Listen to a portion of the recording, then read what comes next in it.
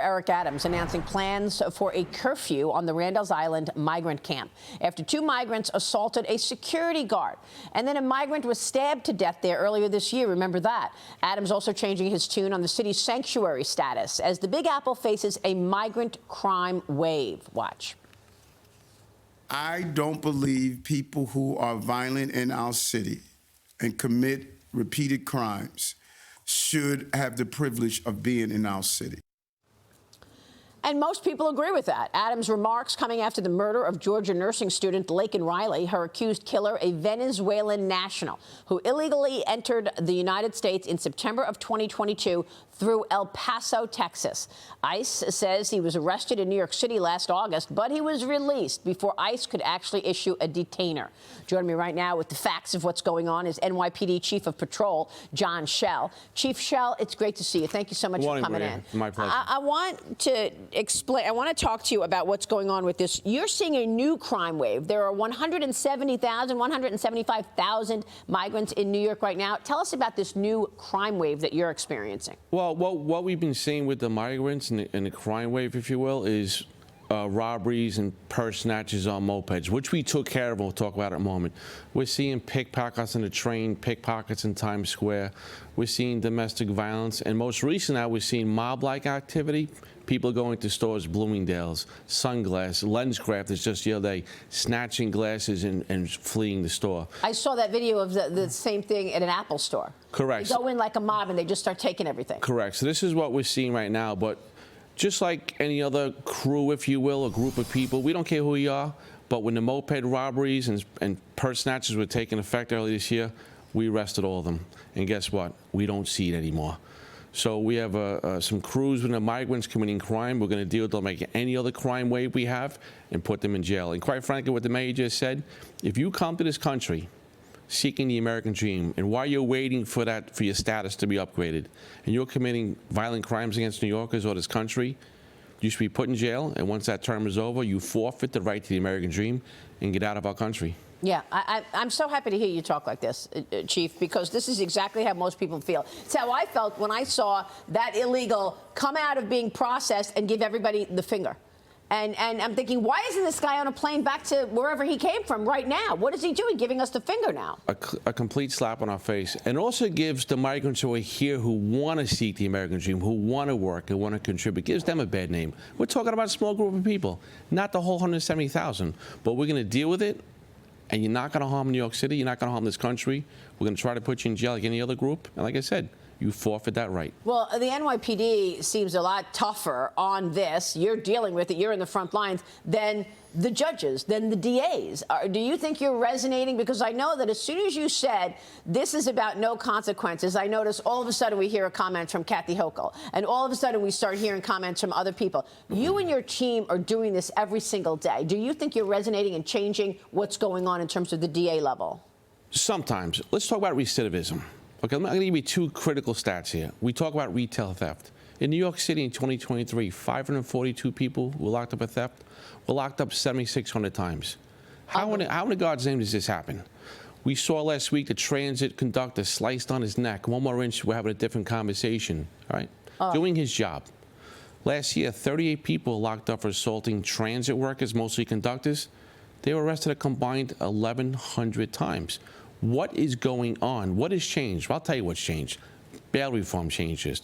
Now, some parts of bail reform is good, but let's talk about discovery. The DAs privately applaud us because discovery thrust upon them. They cannot do their job efficiently.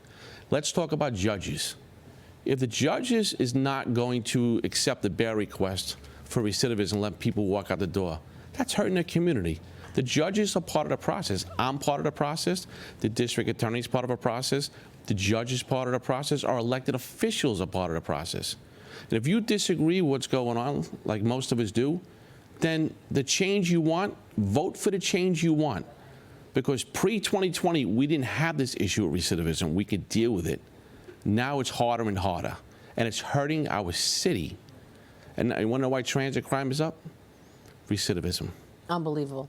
This is the kind of conversation that is going to change things. Thank you for being so adamant about this and for telling the truth and for fighting for New Yorkers. That's what you and your team are doing. We've got this new John Jay College of Criminal Justice study on bail reform. It finds the number of repeat offenses increased as a result of the New York soft on crime policies. In the suburbs and upstate, 66% of those released under bail reform with a recent prior arrest were arrested again within 2 years. How do they not know this? You just said this. You live it. Nearly half of the defendants were rearrested for a felony. Under New York's current bail law, there is no money, bail, or jail time for most misdemeanors and nonviolent felonies leading up to trial. So, Chief, that's the point. There's no consequences. Correct, and there's no consequences, and you have recidivism. Do whatever I want.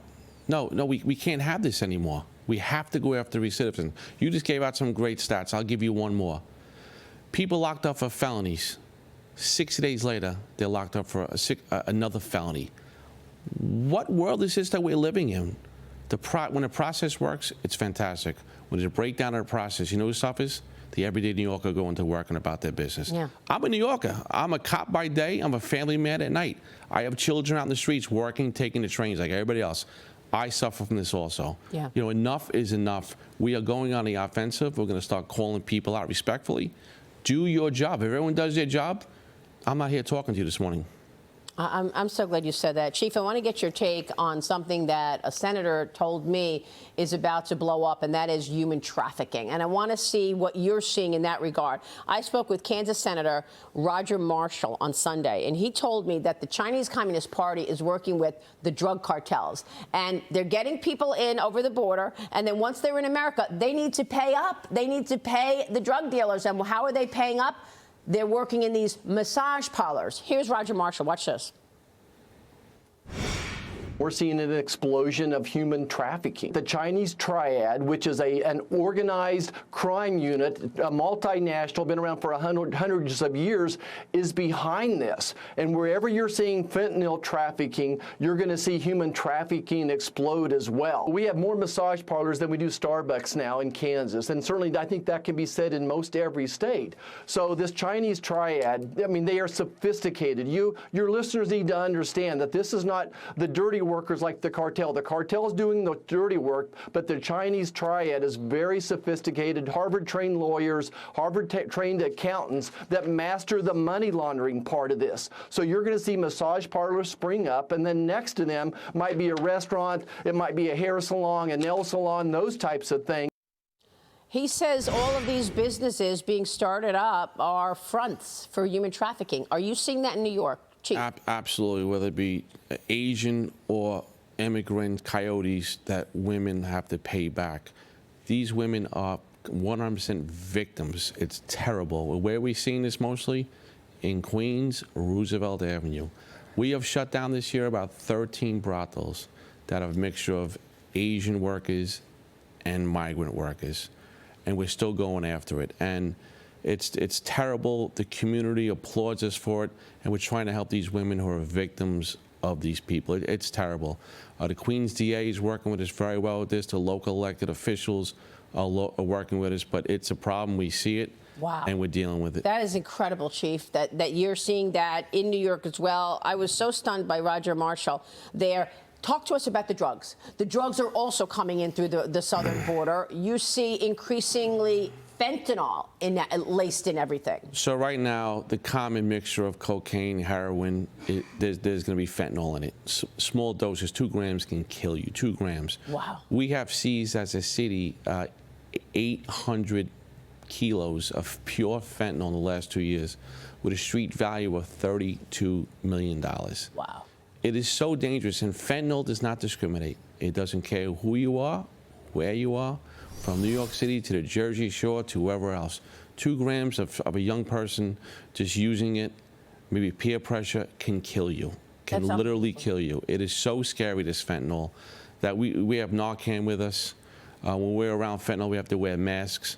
The drug dealers know this, and the people buying it on the street don't know this. It's terrible. This is unbelievable. It's terrible. And it's coming, the underlying components from communist China. How are you doing in terms of ensuring that you've got enough manpower out there? I know there was a time there when the Democrats wanted to defund the police. People were like, I'm not going to become a police officer. Why would I? I don't have they don't have my back. Do you feel you have enough manpower? Do you want to speak to anybody who's considering perhaps joining the force? So the police department's a great job. It still is a great job. I've done it. I've raised a family. Come join us. It's a noble taking. But yes, we have a little bit of staffing issue. We're down a couple thousand cops. We have a tremendous recruiting campaign to get people to join. We have some classes lined up. But years ago, thousands and thousands applied for the test. Now we're not getting that much. So we're going to keep getting the word out. Keep getting the word out. Come join the department. It's a good living. It's a noble uptaking. We could not need you more than today, and we appreciate your work and your team's